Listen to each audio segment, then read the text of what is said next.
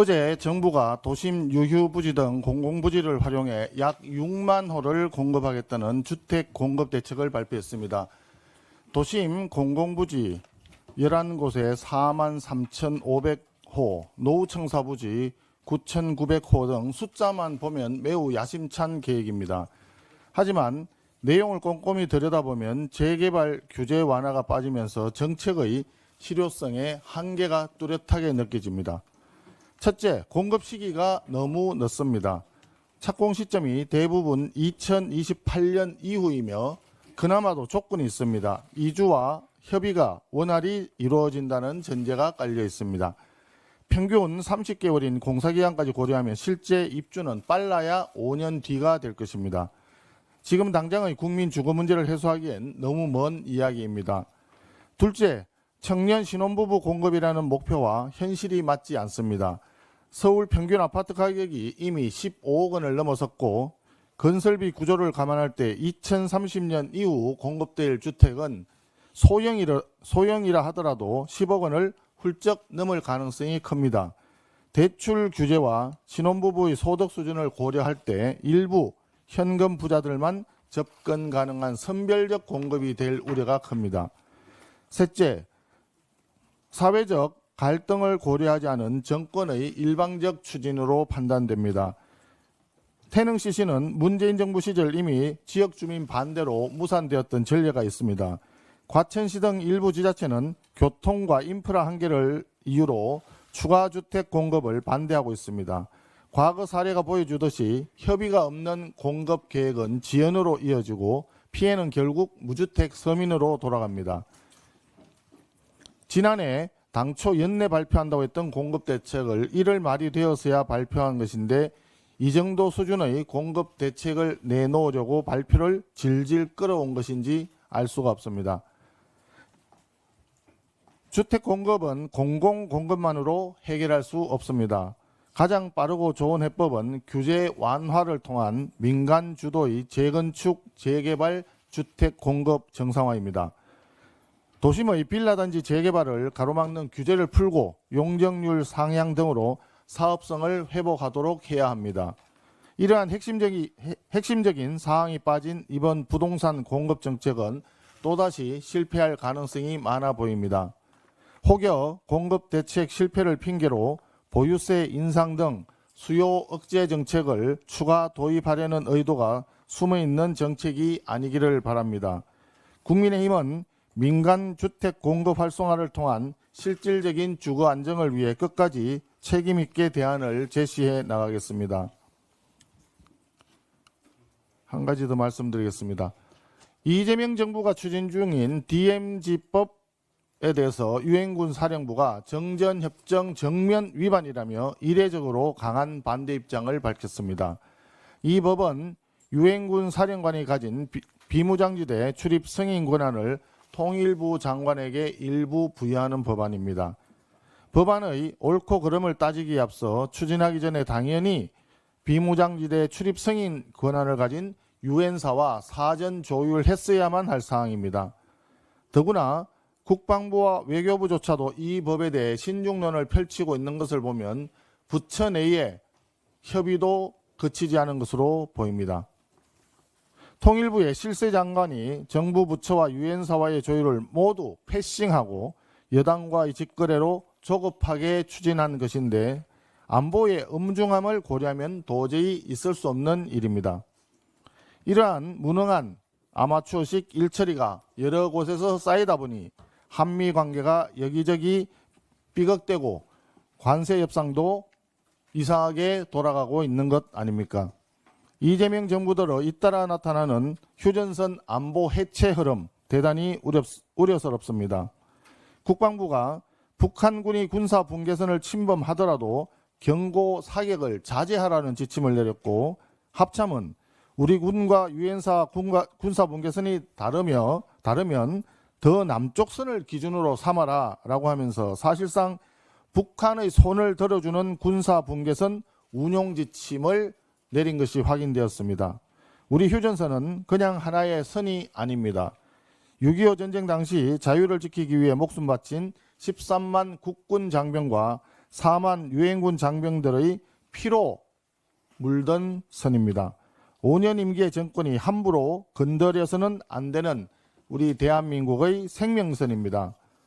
북한이 대화를 전면 거부하고 무력 도발 위협을 일삼는 시점에 우리 안보의 안전핀인 유엔사 흔들기는 안보 자해 행위와 같습니다.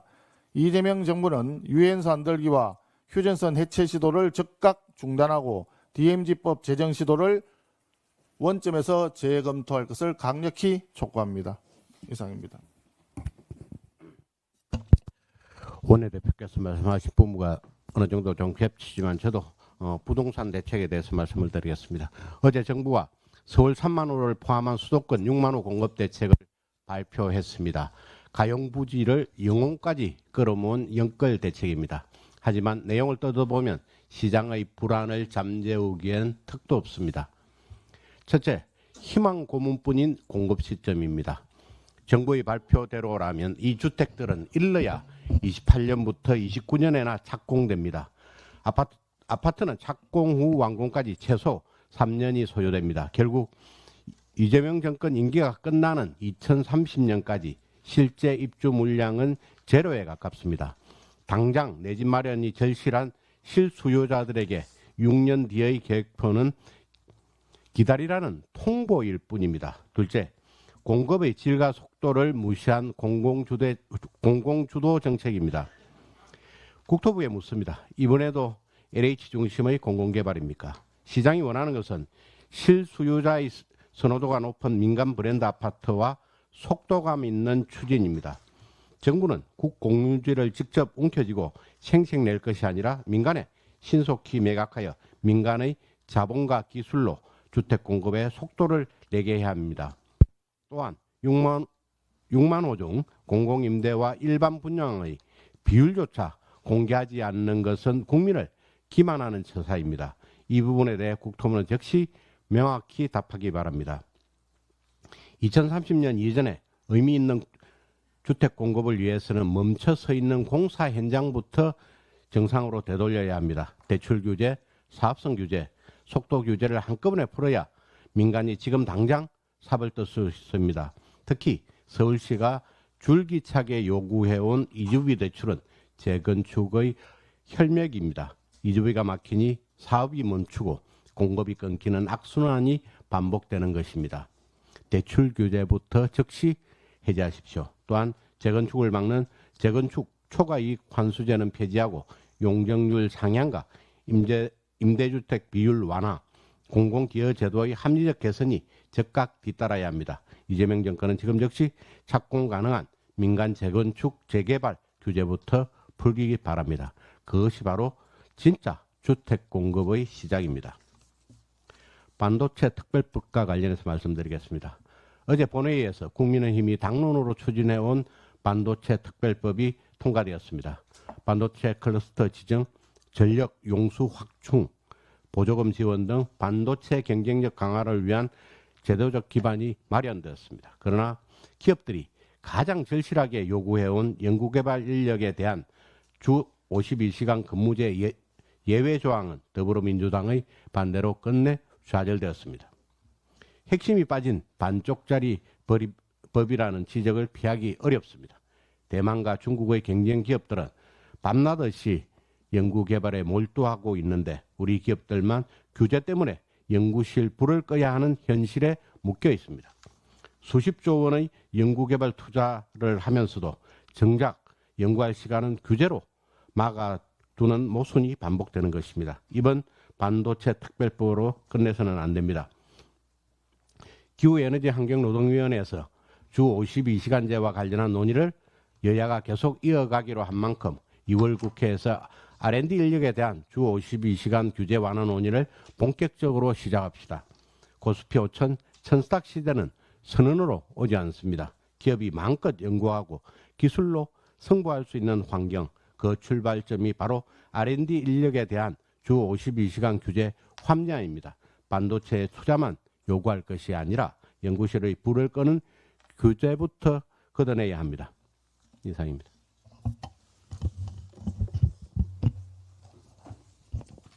민중기 특검은 더불어민주당 전재수 의원과 관련해 돈이 오간 구체적 진술을 확보하고도 4개월여간 이를 뭉갰고 언론을 통해 알려지자 경찰로 늑장 이첩하였습니다. 사실상 특검이 전 의원의 수사를 방조하며 지방선거 출마의 길을 열어준 것이나 마찬가지입니다. 그러는 사이 우리 당 의원은 징역형을 선고받았습니다. 민주당 전현직 의원들의 실명이 거론되었던 통일교 게이트와 관련된 경찰의 수사의 뚜렷한 친척 소식은 들리지 않고 있습니다. 민주당 공천뇌물 특검도 마찬가지입니다. 법은 만인의 평등하다. 대원칙이 무너져서는 안 됩니다. 더불어민주당은 국민 앞에 당당하다면 공정하고 성역 없는 수사를 위한 특검을 수용하기 바랍니다. 장동혁 당대표의 단식투쟁 중단 후 첫 일정은 민생 점검이었습니다. 더불어민주당과 이재명 정권의 폭주로부터 국민을 지키기 위한 투쟁을 멈추지 않으면서도 우리 당의 최우선 책무는 민생에 둔 일정이었습니다. 우리가 당장 선제적으로 풀어야 할 관세 협상은 민생 물가와 뗄 수 없는 핵심 현안입니다. 관세 위기로 기업이 힘들고 경제가 흔들린다면 국회 비준을 포함한 모든 대응 수단을 검토하지 못할 이유가 없을 것입니다. 국민들께서는 관세 협상 전반에 대한 제대로 된 설명이 부족하다고 지적하고 있습니다. 이재명 정부는 투명한 설명과 책임 있는 대안을 제시하기 바랍니다.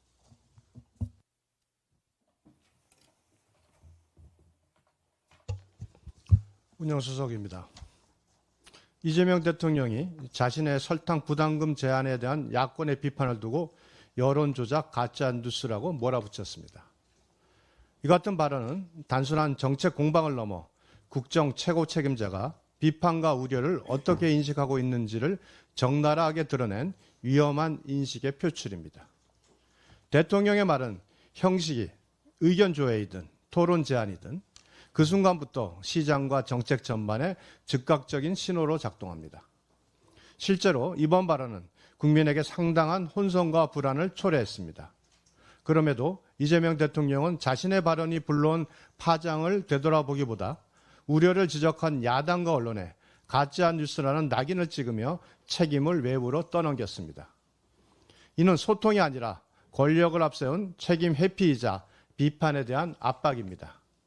정책에 대한 이견과 우려를 곧바로 왜곡과 조작으로 규정하는 순간 공론은 열리는 것이 아니라 봉쇄됩니다. 더 심각한 문제는 세금이 아니라 부담금이라며 진실을 왜곡하려고 하는 태도입니다. 조폭들도 영세 상인들에게 자릿세를 뜯어내면서 보업이라고 합니다. 국민에게 중요한 것은 용어의 유의가 아니라 가격 인상과 생활비 부담이라는 냉정한 현실입니다. 특히 식품과 같은 필수 소비재에 부과되는 설탕세는 기업을 거쳐 소비자에게 전가될 수밖에 없고 그 피해는 소득 대비 식비 비중이 높은 저소득층에 집중됩니다. 이처럼 상식적인 문제 제기마저 여론 조작으로 몰아붙이는 모습은 정책에 대한 자신감이 아니라 비판을 허용하지 않는 권력의 불안함만을 보여줄 뿐입니다.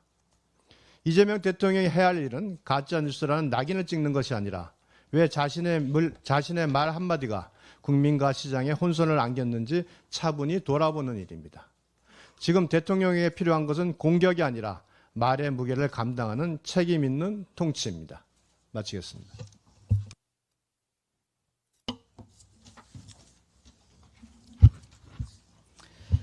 수도권 6만 호 공급 대책을 좀 말씀드리겠습니다. 공공부지 활용, 노후 청사 개발, 심지어 세무서까지 일명 공짜가 들어간 곳은 가리지 않고 다 긁어 모아 내놨습니다.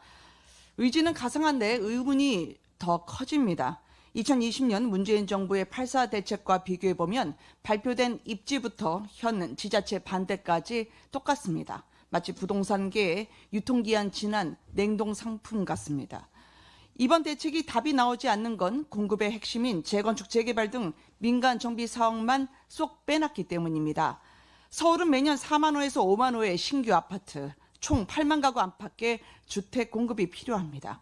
공급 물량의 약 80%는 민간 정비 사업에서 나옵니다. 올해 이주를 앞둔 정비사업구역 43곳 중에 90%가 대출 규제로 이주비조차 마련하지 못해 발만 동동 구르고 있습니다. 또 정작 필요한 대출 규제 푼다는 이야기가 그런데 없었죠. 현실화되지도 않은 이익이라는 재건축 초과이익 환수 폐지 언급조차 없었습니다. 부동산 시장을 쥐약시해온 이재명 대통령과 대통령실은 들고 버틸수록 세금이 더 비싸질 것이라면서 또 다주택자들에게 매물을 내놓지 않으면 후회할 것이라고 밤낮 가리지 않고 압박하고 있습니다. 집 가진 사람 죄인 취급해서 세금 폭탄 퍼붓고 오히려 다락같이 집값을 올린 문재인 정부 대자비입니다. 정책이 먹히는 것은 협박이 아니라 신뢰에 달려 있습니다. 이재명 정부 고위 공직자들이 자신들의 다주택을 실제로 처분한다면 그제서야 시장은 납득하기 시작할 것입니다. 현재 대통령실에서 재산을 신고한 고위 공직자 중 51명인데요. 다주택자는 무려 11명, 5명 중 1명꼴입니다. 집보다 집을 선택하는지 시장은 언제나 권력자의 행동을 먼저 봐왔습니다. 1급 이상 고위 공직자들은 쥐고 있으면서 나는 됐고 너만 팔아라. 설마 아니죠? 정책 집행자 스스로 본인들 정책을 믿지 않는다는 사실을 그동안 민주당 정부는 시장에 보내왔습니다. 시장은 말에 속지 않습니다. 시장을 이기려는 이재명 정부는 정말로 시장을 설득하고 싶다면 민간 정비사업 숨통 틔워주고 국민의 겨눈 손가락부터 본인들에게 돌려놓는 것에서 시작하길 바랍니다. 이상입니다. 재정경제기획위원회 간사 박수영입니다. 한국 시간으로 오늘 아침 미국 재무부가 우리나라를 환율관찰 대상국으로 재지정했습니다. 이재명 정부는 지난해 9월 미 재무부와 환율 협상을 한 이후에 환율관찰 대상국에서 제외될 것으로 자신했습니다. 당시 청와대 강유정 대변인은 한국은 환율 조작국이 아니다라는 미국의 판단이 있었던 것으로 보인다라고 밝혔습니다. 하지만 결과는 어떻습니까? 이재명 정권의 예상과 정반대입니다. 이유는 명확합니다. 이재명 정부의 무리한 환율 개입 탓입니다. 이재명 정부는 지난 연말 원달러 환율이 1,480원을 뚫고 올라가자 수차례 구두 개입과 외환 보유고와 국민연금까지 죄다 동원해서 환율을 억지로 끌어내렸습니다. 특히 이재명 대통령은 신년 기자회견에서 한두 달 뒤에 환율이 1,400원 전후로 떨어질 것이라고까지 했습니다. 대통령이 시기와 금액까지 특정해서 구두 개입을 한다는 것은 전 세계적으로 전례를 찾기 힘들 뿐 아니라 상당히 위험한 짓이었습니다. 문제는 환율 관찰 대상국에서 제외되지 못하면 언제든 환율 조작국으로 지정될 수 있다는 점입니다. 환율 조작국이 된다면 국가 신인도가 추락하고 외환시장과 수출시장에 막대한 타격을 받을 수 있습니다. 이재명 정부에 촉구합니다. 지금 미국은 이재명 정권에 대한 불신이 가득하고 한미동맹도 약화되어 있습니다. 자칫 잘못하다가는 대한민국이 환율 조작국이 되어서 돌이킬 수 없는 피해를 입을 수도 있습니다. 지금이라도 국민 노후 자금까지 끌어서는 환율 개입 멈추고 무모한 재정 폭주와 기업 옥죄기를 전면 중단하십시오. 그렇게 하면 자연스럽게 환율은 안정화되고 국제 신인도도 다시 올라가게 될 것입니다. 이상입니다. 네, 국방위 간사입니다. 지난 27일 북한의 김정은이 대구경 방사표 시험 사격을 직접 창간하며 다음 달로 예상되는 제9차 노동당 대회를 통해 이른바 핵전쟁 억제력 강화 구상을 공시화하겠다고 합니다. 이는 단순한 무기 시험이나 내부 결속용 이벤트가 아닙니다. 미국의 새 국방 전략에 정면으로 대응하겠다는 전략적 선언이며 한반도 안보 환경을 다시 한번 긴장 국면으로 끌어올리는 중대한 도발입니다. 이번 시험에서 북한이 공개한 갱신형 대구경 방사포의 핵심은 전자적 대응 능력입니다. 김정은이 직접 언급한 자치 정밀 유도 비행 체계는 GPS 교란과 같은 제밍 상황에서도 타격 능력을 유지할 수 있는 새로운 항법 체계로 분석됩니다. 다시 말해서 북한은 이제 단순한 무기 보유 단계를 넘어 실전 운용을 전제로 한 전력 고도화에 나서고 있으며 한미 연합군의 전자전 능력을 정면으로 겨냥한 기술적 도전입니다. 특히 북한이 방사포탄의 비행 거리와 명중 결과를 358.5km라는 소수점 단위까지 공개한 점은 결코 우연이 아닙니다.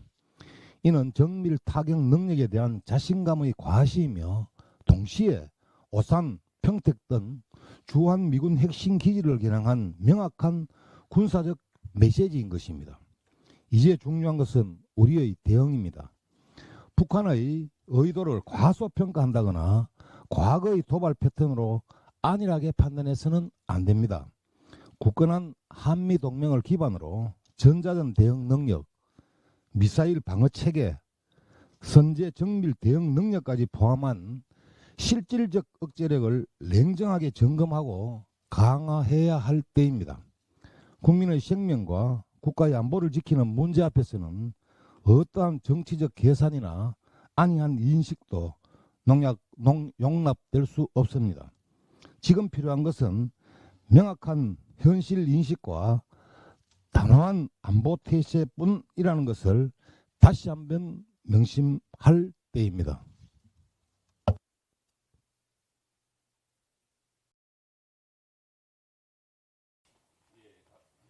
가방이 국민의힘 간사 국회 과학기술원자력 소위원장 최영두입니다.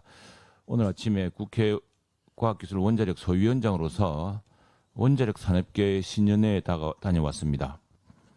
과학기술의 산물이자 이제는 과학기술의 총화, AI 발전의 필수 조건인 원자력 에너지가 세계적인 주목을 받고 있습니다.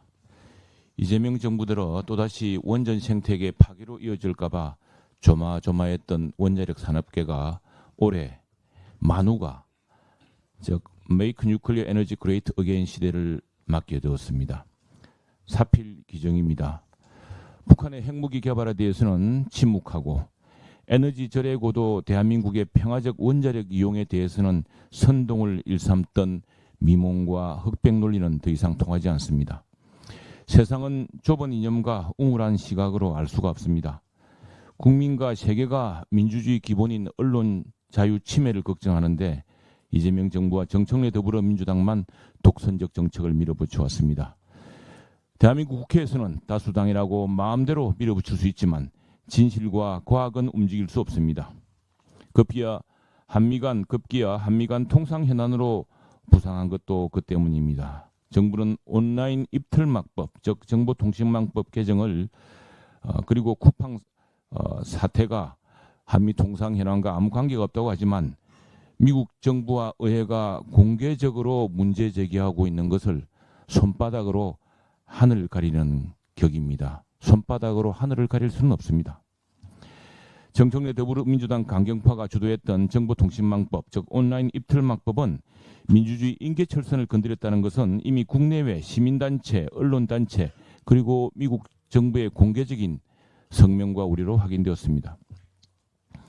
쿠팡 정보 유출 사태에 대한 우리 정부와 이재명 정부와 정청래 더불어민주당의 대응은 더욱 우물한 개구리식이었습니다.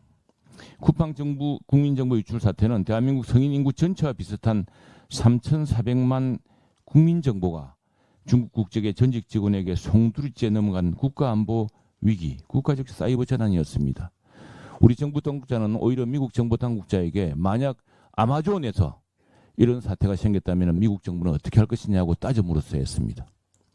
그런데 대한민국 국회는 특히 야당 정무위원장이 연석 청문회 위원장이 되어서는 안 된다고 여당인 가방위 위원장이 다른 상임위의 권한을 다 포괄한다며 상황식 청문회를 개최해서 온갖 일로 쿠팡 망신 주기에 골몰했습니다. 그 결과 그것이 쿠팡에 대한 차별적 대우라는 터무니없는 오해와 미국의 비판의 빌미만 주었습니다. 쿠팡은 이미 미국 정권 거래소에 이 사태를 머티리얼 데이터 브리치, 즉 심각한 정보 유출 사태라고 보고했습니다. 이런 사실을 가지고서 우리는 단호히 따져 물었어야 됐습니다. 쿠팡이 아마존 같은 의무를 다했느냐? 그리고 우리 정부가 국민 정보를 보호하기 위한 그런 미국과 EU의 법적 조치, 제도적 장치를 갖췄느냐, 이런 문제로서 따졌어야 했습니다. 이제 이재명 정부와 정청래 더불어민주당은 원전의 진실을 뒤늦게라도 깨달았듯이 온라인 입틀막법에 대한 독선도 포기해야 합니다.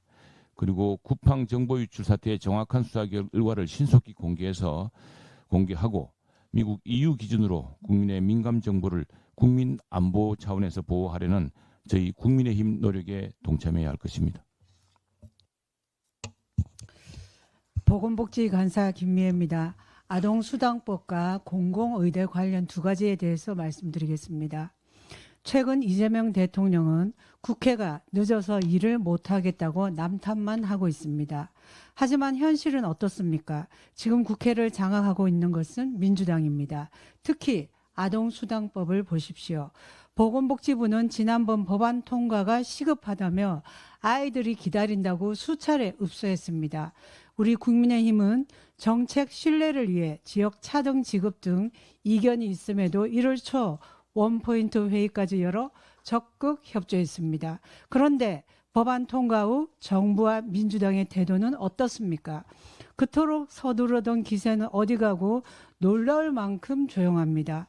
그 결과 2017년생 아동 약 39만 명의 1월분 수당이 지급되지 못했습니다. 이제 와서 소급 적용하면 된다며 태도를 바꾸는 것은 명백한 대국민 기만이자 나쁜 행정입니다. 민주당에 묻습니다. 자신들에게 정치적 이익이 되면 악법도 밀어붙이면서 아이들의 권리는 정치적 득실이 없다고 판단해 방치하는 것입니까? 정부와 민주당은 무책임한 남 탓을 멈추고 아동수당의 차질 없는 집행에 즉각 책임 있게 나서십시오.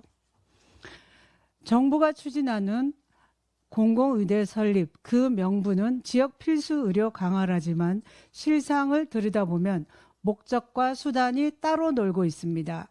정부 설명에 따르면 공공의대 졸업생은 소방, 산재, 보훈, 교정 등 특수기관과 감염병 중독 등 특수 분야에 주로 배치됩니다. 이것이 어떻게 지역 필수 의료 강화입니까? 차라리 특수 목적 의료 인력 확보라고 솔직하게 말하는 것이 국민에 대한 도리입니다. 더 심각한 것은 기본 자료조차 부실하다는 점입니다.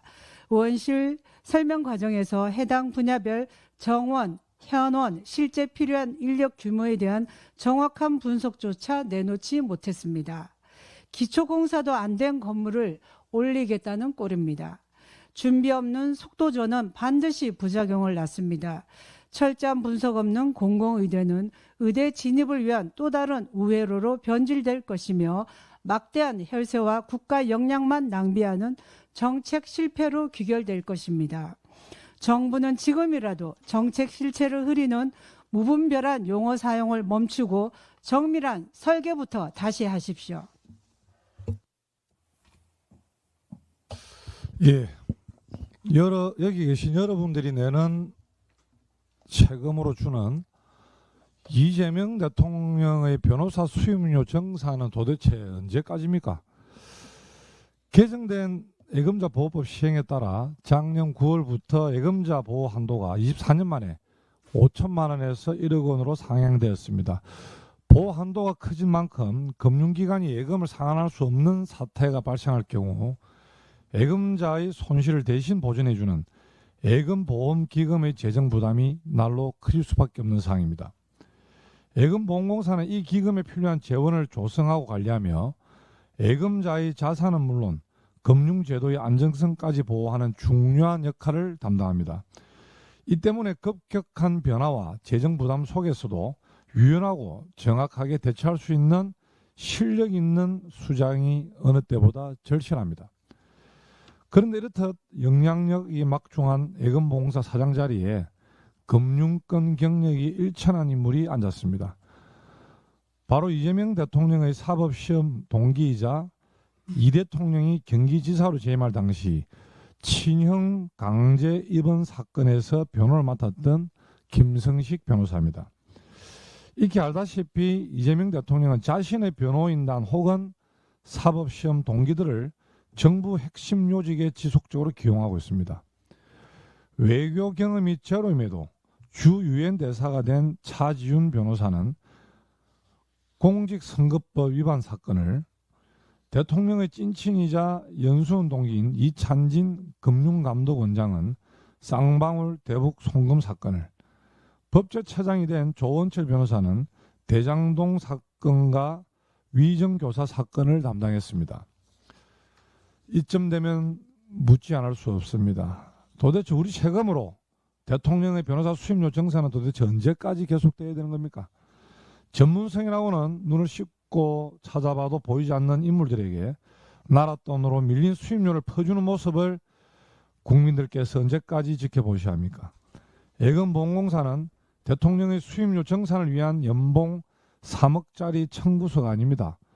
한 푼, 두 푼, 평생을 모아온 우리 어머니, 나의 아내, 나의 이웃들의 마지막 보루이자 희망입니다.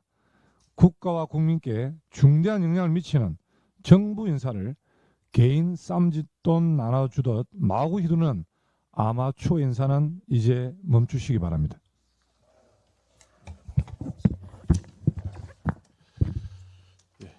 외통일 간사 김건희입니다. 최근 통일부와 여당이 추진 중인 이른바 DMZ법이 논란을 빚고 있습니다. 유엔사는 1953년 정전협정에 따라 지난 70여 년간 남측 DMZ를 관할하며 남북 간 군사 충돌을 억제하는 역할을 수행해왔습니다. 그런데 DMZ법을 둘러싸고 유엔사와 통일부 및 여당과의 갈등이 표면화되고 있습니다. 지난 28일 유엔군 사령부는 이례적으로 공식 입장을 통해 법이 통과된다면 이는 정전협정 위반이자 정면 충돌이라며 반대 입장을 밝혔습니다. 그러자 통일부는 DMZ법이 우원 입법이라 통일부가 주도하지 않는다며 발뺌하는 듯한 모습을 보였습니다. 그러나 정동영 통일부 장관은 지난해 말 국회에서 열린 DMZ법 입법 공청회에 직접 참석해 유엔사의 DMZ 관할에 대해 주권 국가로서 체면이 말이 아니다. 반드시 올해 안에 법이 처리되길 바란다고 발언하며 논란을 주도해 왔습니다. 통일부 장관이 앞장서 유엔사와의 갈등을 촉발해 놓고 문제가 커지자 이제 와서 국회 입법 사안이라며 슬쩍 빠지려는 모습은 결코 책임 있는 태도가 아닙니다. 더구나 이 문제에 대해서는 국방부 및 외교부 등 관계부처 간의 입장 조율도 되지 않은 상황입니다. 여당과 통일부가 일방적으로 법안을 추진하다 사달이 난 것입니다. 유엔사의 DMZ 관할 문제는 감정적인 주권 논쟁으로 접근할 사안이 아닙니다. 무엇이 우리 안보에 가장 도움이 되는지를 기준으로 삼아야 합니다. 남북은 전쟁이 끝난 것이 아니라 휴전 상태일 뿐입니다. DMZ는 비무장지대가 아니라 현실적으로는 중무장지대입니다. 유엔사는 지난 70여 년간 이 일촉즉발의 공간을 관리하며 정전협정을 유지해 왔습니다. 이런 현실을 외면한 채 유엔사를 마치 우리 주권을 침해하는 것처럼 국민을 향해 왜곡 선동하는 방식으로는 갈등만 깊어질 수밖에 없습니다. 이는 우리 안보에 전혀 도움이 되지 않는 소음 공해일 뿐이라는 점을 명심하기 바랍니다.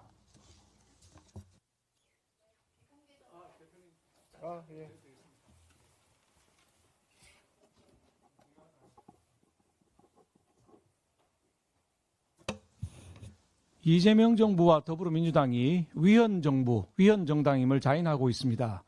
헌법에 따른 한미 관세협상의 국회 비준 동의를 건너뛰겠다고 막무가내로 우기고 있기 때문입니다. 그러나 우리 국회가 헌법과 법률, 그리고 법률과 같은 효력을 갖는 비엔나 협약까지 모두 어길 수는 없습니다. 헌법 제60조는 국가가 국민에게 중대한 재정적 부담을 지우는 조약 또는 입법사항에 대해서는 국회가 동의권을 가진다고 규정하고 있습니다. 또한 헌법 제58조는 예산 외에 국가의 부담이 될 계약을 체결하려 할 때에는 정부는 미리 국회의 의결을 얻어야 한다고 규정하고 있습니다. 우리나라는 미국에 총 3,500억 달러를 투자하고 그중에 2,000억 달러, 약 286조 원이나 되는 큰 돈을 현금으로 보내야 합니다. 외환 보유고의 절반 수준입니다. 국가나 국민의 중대한 재정적 부담임이 분명한 헌법에서 규정한 상황인 것입니다. 또 이재명 정부와 여당은 조약이 아닌 단순 MOU라고 주장합니다마는 비엔나 협약 제2조는 조약이란 명칭이 어떠하든 서면 형식으로 국가 간에 체결되며 국제법에 따라 규율되는 국제 합의를 의미한다고 했습니다. 국제적으로도 분명히 이번 MOU는 조약인 것입니다. 김용범 청와대 정책실장은 국회 탓 그만하십시오. 느긋하게 기다리다 지난주 부랴부랴 2월 처리 협조 요청을 한 것이 이재명 정권입니다. 더불어민주당도 국민의힘 탓 멈추십시오. 온갖 정치적 악법은 빠르게 강행 처리하면서도 대미투자특별법은 왜 거들떠도 안 받습니까? 이재명 정권은 명심하길 바랍니다. 국회 비준 동의를 먼저 받아서 쟁점을 해소하고 대미투자특별법을 신속히 통과시키는 것이 가장 빠른 길입니다. 우리 국민의힘은 헌법과 법률이 정하는 원칙에 따라 대한민국의 국익을 철저하게 지켜나갈 것입니다.